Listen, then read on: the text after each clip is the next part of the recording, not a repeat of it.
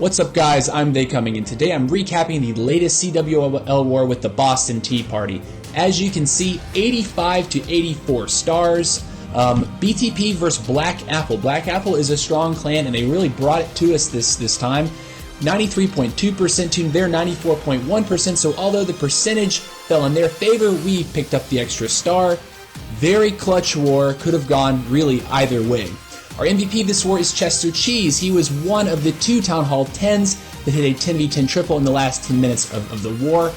Chester Cheese hit 10v10, and one of their guys also hit 10v10 at the same time, so it was super cool to see that happen. Really fun stuff. Anyways, if you want to check out the rest of the stats, they are above my head, and let's move on to the attacks. The first one, we have to show Chester Cheese going 10v10 onto Stiff Breeze. Now, guys, I have to comment on this because this was a big boo-boo on Black Apple's side. Myself and Klaus have both made war recaps of the same guy, Chester Cheese, hitting this base. So this is a base that was, given to them by someone else. We have hit it in the past. We had a blueprint of it. And the same plan was executed to 100% accuracy, and just beautiful stuff on the part of Cheese Chester coming in, duplicating a plan that he's done 100% before. So guys, don't repeat your bases. Just don't do it. Don't do it. Don't do it. Don't do it. This is what's going to happen. Someone's going to come in here having done it exactly the same way before and wreck you. So he's got a really great entry with his queen and his king, just a suicide for the enemy queen in Inferno Tower and to get that CC pulled out. The only thing at this point that's going to trouble his Lalo is that wizard, but he has a poison for it and he's going to be dropping it pretty shortly. The first rage spell to lead all those balloons into those first defenses and quickly catch up to those lava hounds as they go. The first lava hound has popped, but he's got raged balloons quickly following up behind. And soon after this, the second hound will pop.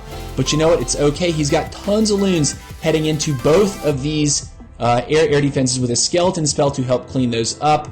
And no, not a skeleton spell, a heal spell over the Inferno as the Inferno goes down. All those balloons are being healed back up to full. He has one rage spell in the bag, and he waits until he's going to get on top of this air defense and the other defenses to ensure that rage spell gets the most value possible. He has to get these last 2 wizard towers down to have any hope. That skeleton spell does distract long enough for those balloons to get on top of that pesky air sweeper and the last 2 wizard towers there and the Tesla. So good job to Cheese Chester. Guys, not only did I have a recap video, Klaus had a recap video, and I actually did a 20-minute video of him breaking down this base. So if you see that there's YouTubers that are YouTubing for a certain clan, I mean, that's information. You guys could have easily not run this base, and this would have been one point that did not go in our favor, or may not have gone in our favor. I'll say maybe. But yeah, good job to Cheese Chester repeating a base that he's 3-starred before. For the win, actually.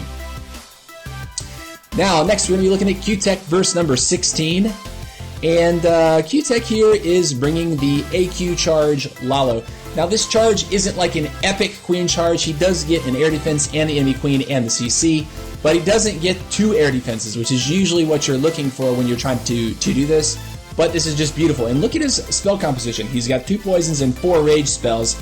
He's going to be going at this with only rages. He's not bringing haste. He's just going to rage over some really densely clumped defensive compartments. So as you can see, Queen Walk is going just fine. He gets a really nice double trigger of 2 red bombs, and he's going to drop his king over here. Now the king's job is just to funnel, and as soon as he steps up in just a second, to get the defending king. And that's going to help his queen. Meanwhile, he's raged queen and a couple wall breakers to bust through this wall, get into this compartment that he wants so he can get the air defense, get the CC lure. Meanwhile, the king has taken down enemy king. That's looking good. The poison there, he pops kind of a panic ability, I thought, because he had raged healers. I don't think he needed that that ability to get through just I think a Valkyrie and maybe 2 Valkyries and some other small troops. But that rage spell is definitely needed there to take down enemy queen. and survive through the expo. Luckily, the queen is not in range of this archer tower yet, so she's going to get healed all the way back up to full before she goes onto that expo, and she's going to live the whole raid. So he started his Lalo up here from about 2 o'clock, 2 hounds down early, followed by several balloons, 3 hounds down, and look at this Tesla farm. That is a nice, juicy Tesla farm, a nice early rage to help all of these balloons just rush up towards this third air defense, and he's still got 2 hounds in the air, guys. 2 hounds. They are going to fly now over to this last air defense, and the pups will actually be the heroes here. The pups are going to pop this air defense themselves. So watch how this happens. The balloons are just slow roll catching up. He doesn't have a haste, and they're all clumped up on this wizard tower, but look at the pups. Bam, air defense drops, and now he's got something like 15 loons left. Oh my word, absolutely crushing. Q-Tech bringing in the 3-star AQ charge Lalo. Beautiful attack. Let's move on. Shaka, verse number 20. Now, Shaka, I really like this attack. This is a stoned hobo with a suicide golem.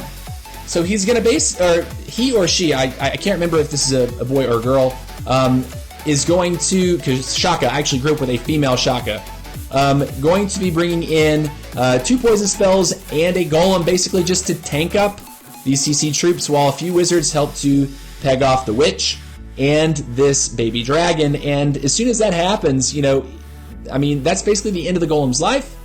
That's all. I mean, there's literally nothing else. I mean, he'll be dropping this extra golem to basically help set a funnel here.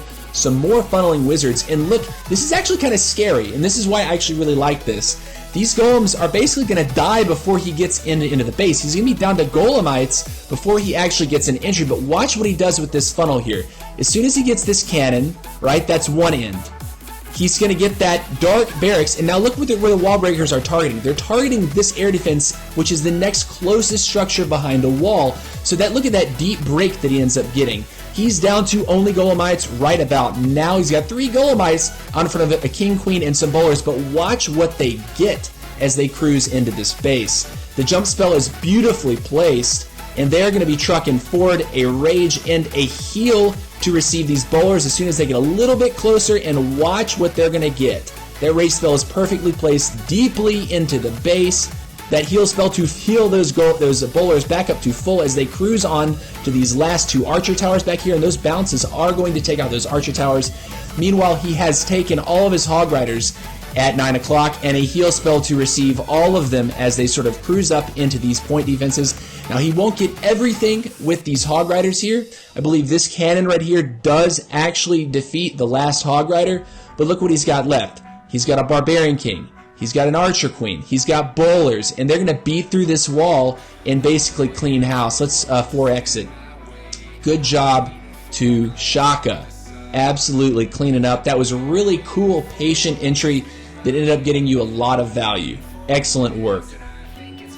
Now, let's do our last attack of the recap. Guys, I have been listening to you in the surveys and in the comment sections that you guys left me. Thank you once again for all of that. I really appreciated it. I'm going to be making my recap shorter now in hopes that you will stay the entire time. So here we go. TK all day on to number 29, bringing the Shattered Hobo. And this is a beautiful heal on a Tesla farm. You have to see this. This is just like too pretty not to recap. So here we go. We're going to be seeing some wizards and some minions basically to set a really cheap funnel, and he's going to get a lot of trash before the raid actually starts. So look at these minions up here. He's got 3 minions to work on this garbage. He's got 1 wizard there basically to help get that into the funnel set.